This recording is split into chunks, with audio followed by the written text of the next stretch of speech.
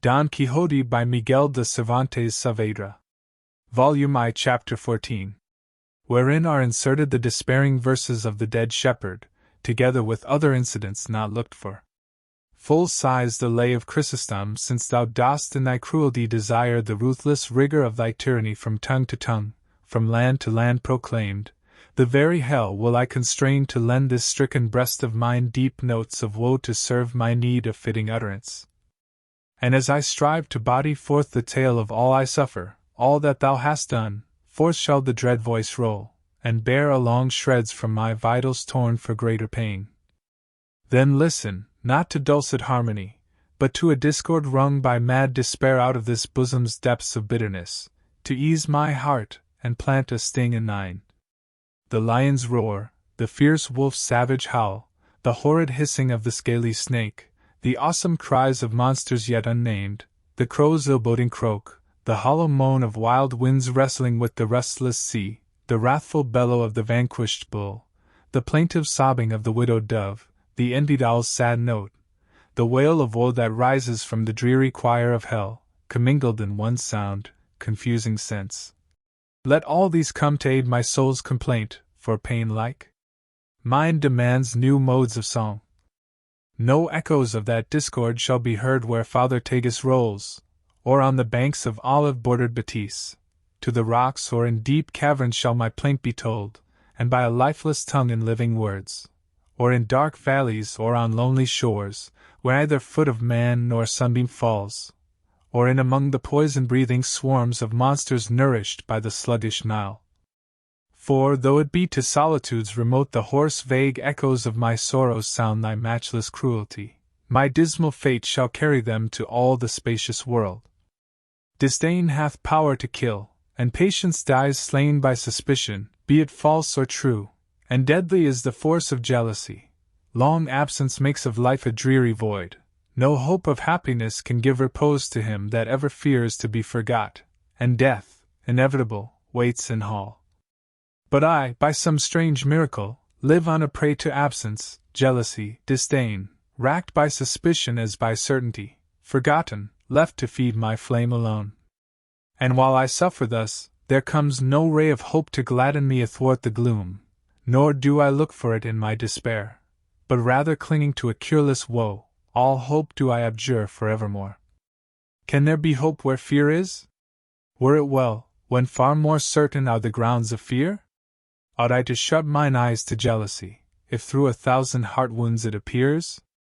Who would not give free access to distrust, seeing disdain unveiled, and bitter change? All his suspicions turned to certainties, and the fair truth transformed into a lie? O thou fierce tyrant of the realms of love, O jealousy! Put chains upon these hands, and bind me with thy strongest cord, disdain. But woe is me! Triumphant over all, my sufferings drown the memory of you. And now I die, and since there is no hope of happiness for me in life or death, still to my fantasy I'll fondly cling. I'll say that he is wise who loveth well, and that the soul most free is that most bound in thraldom to the ancient tyrant love. I'll say that she who is mine enemy in that fair body hath as fair a mind, and that her coldness is but my desert, and that by virtue of the pain he sends love rules his kingdom with a gentle sway. Thus, self-deluding, and in bondage sore, and wearing out the wretched shred of life to which I am reduced by her disdain, I'll give this soul and body to the winds, all hopeless of a crown of bliss in store. Thou whose injustice hath supplied the cause that makes me quit the weary life I loathe, as by this wounded bosom thou canst see how willingly thy victim I'd become, let not my death, if haply worth a tear, cloud the clear heaven that dwells in thy bright eyes. I would not have thee expiate in aught the crime of having made my heart thy prey, but rather let thy laughter gaily ring and prove my death to be thy festival. Fool that I am to bid thee!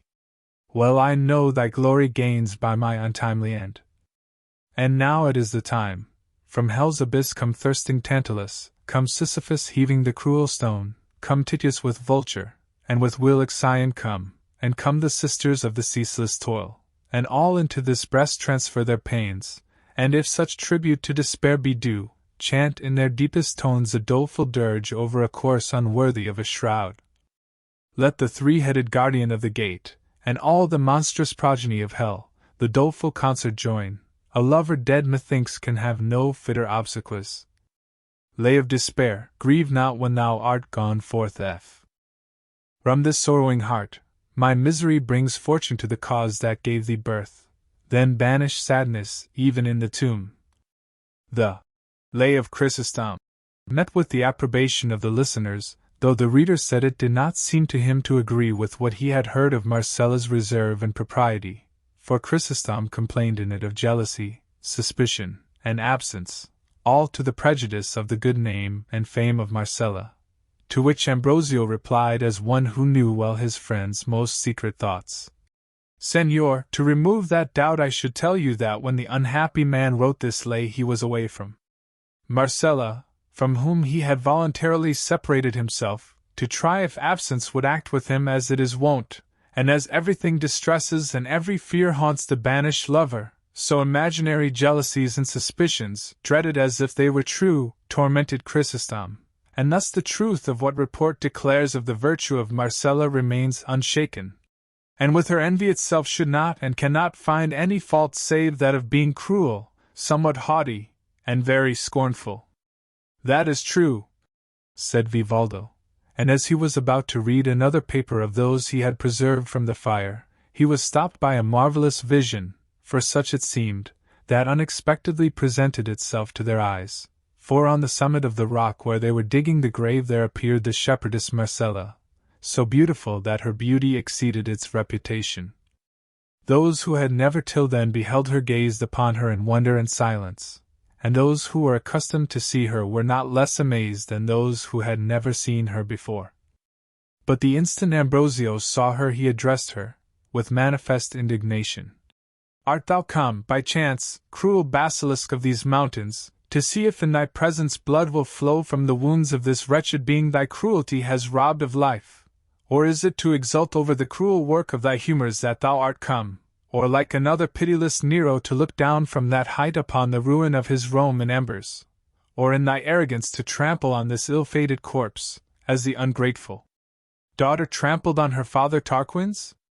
Tell us quickly for what thou art come, or what it is thou wouldst have, for, as I know the thoughts of Chrysostom never failed to obey thee in life, I will make all these who call themselves his friends obey thee, though he be dead.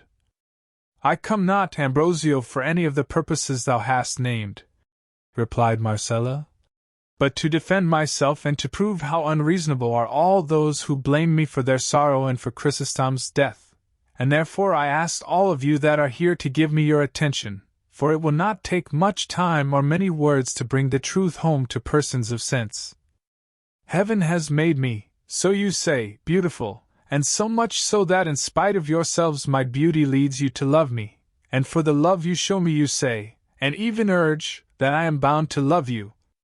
By that natural understanding which God has given me I know that everything beautiful attracts love, but I cannot see how, by reason of being loved, that which is loved for its beauty is bound to love that which loves it. Besides, it may happen that the lover of that which is beautiful may be ugly, and ugliness being detestable, it is very absurd to say, I love thee because thou art beautiful, thou must love me though I be ugly.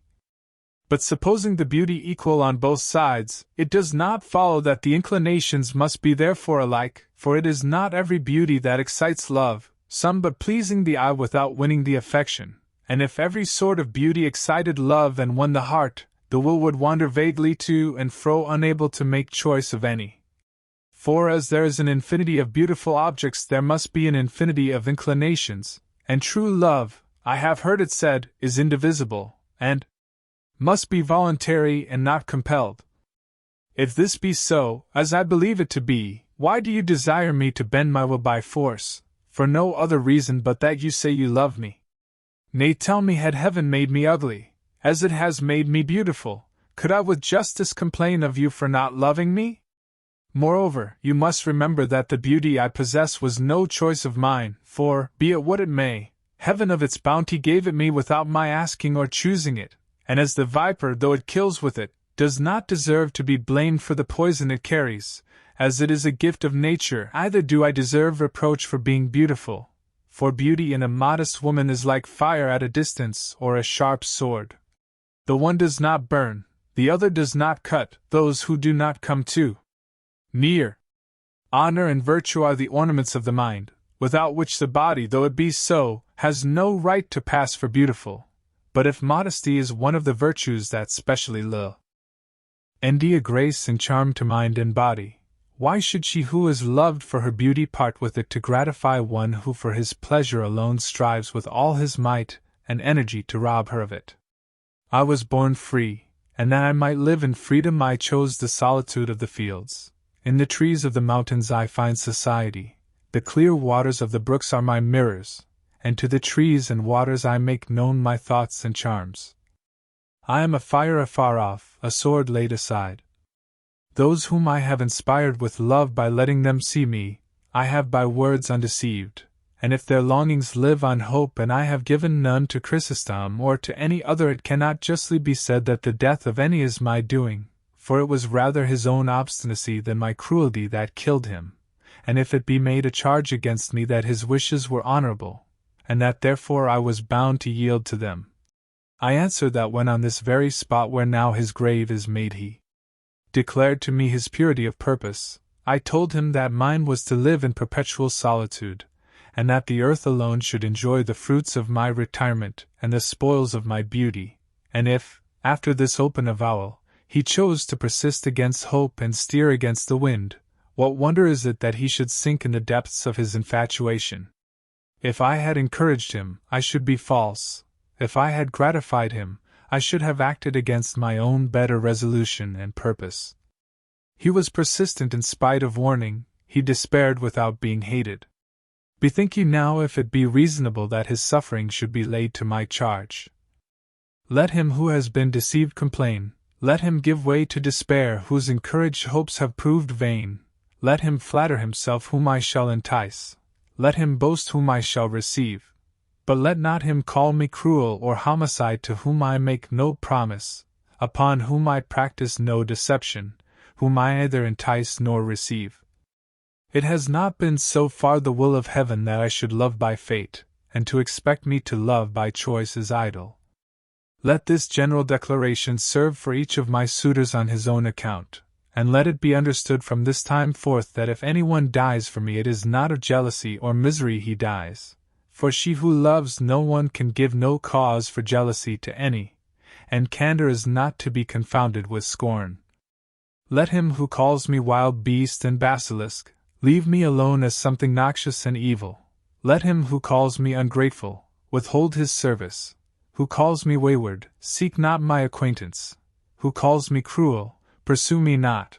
For this wild beast, this basilisk, this ungrateful, cruel, wayward being has no kind of desire to seek, serve, know, or follow them. If Chrysostom's impatience and violent passion killed him, why should my modest behavior and circumspection be blamed? If I preserve my purity in the society of the trees, why should he who would have me preserve it among men seek to rob me of it? I have, as you know, wealth of my own, and I covet not that of others. My taste is for freedom, and I have no relish for constraint. I either love nor hate anyone. I do not deceive this one or court that, or trifle with one or play with another. The modest converse of the shepherd girls of these hamlets, and the care of my goats are my recreations. My desires are bounded by these mountains, and if they ever wander hence it is to contemplate the beauty of the heavens, steps by which the soul travels to its primeval abode. With these words, and not waiting to hear a reply, she turned and passed into the thickest part of a wood that was hard by, leaving all who were there lost in admiration as much of her good sense as of her beauty. Some those wounded by the irresistible shafts launched by her bright eyes made as though they would follow her, heedless of the frank declaration they had heard, seeing which, and deeming this a fitting occasion for the exercise of his chivalry in aid of distressed damsels, Don Quixote, laying his hand on the hilt of his sword, exclaimed in a loud and distinct voice, "Let no one, whatever his rank or condition, dare to follow the beautiful Marcella, under pain of incurring my fierce indignation." she has shown by clear and satisfactory arguments that little or no fault is to be found with her for the death of Chrysostom, and also how far she is from yielding to the wishes of any of her lovers, for which reason, instead of being followed and persecuted, she should in justice be honored and esteemed by all the good people of the world, for she shows that she is the only woman in it that holds to such a virtuous resolution. Whether it was because of the threats of Don Quixote, or because Ambrosio told them to fulfill their duty to their good friend, none of the shepherds moved or stirred from the spot until, having finished the grave and burned Chrysost Owen's papers, they laid his body in it, not without many tears from those who stood by. They closed the grave with a heavy stone until a slab was ready which Ambrosio said he meant to have prepared, with an epitaph which was to be to this effect: "Beneath the stone before your eyes the body of a lover lies. In life he was a shepherd swain, in death a victim to disdain. Ungrateful, cruel, coy, and fair, was she that drove him to despair, and love hath made her his ally for spreading wide his tyranny." They then strewed upon the grave a profusion of flowers and branches, and all expressing their condolence with his friend Ambrosio, took their leave. Vivaldo and his companion did the same, and Don Quixote bade farewell to his hosts and to the travelers, who pressed him to come with them to Seville, as being such a convenient place for finding adventures, for they presented themselves in every street and round every corner oftener than anywhere else. Don Quixote thanked them for their advice and for the disposition they showed to do him a favor, and said that for the present he would not, and must not go to Seville until he had cleared all these mountains of highwaymen and robbers, of whom reports said they were full. Seeing his good intention, the travelers were unwilling to press him further, and once more bidding him farewell, they left him and pursued their journey, in the course of which they did not fail to discuss the story of Marcella and Chrysostom as well as the madness of Don Quixote. He, on his part, resolved to go in quest of the shepherdess Marcella, and make offer to her of all the service he could render her. But things did not fall out with him as he expected, according to what is related in the course of this veracious history, of which the second part ends here.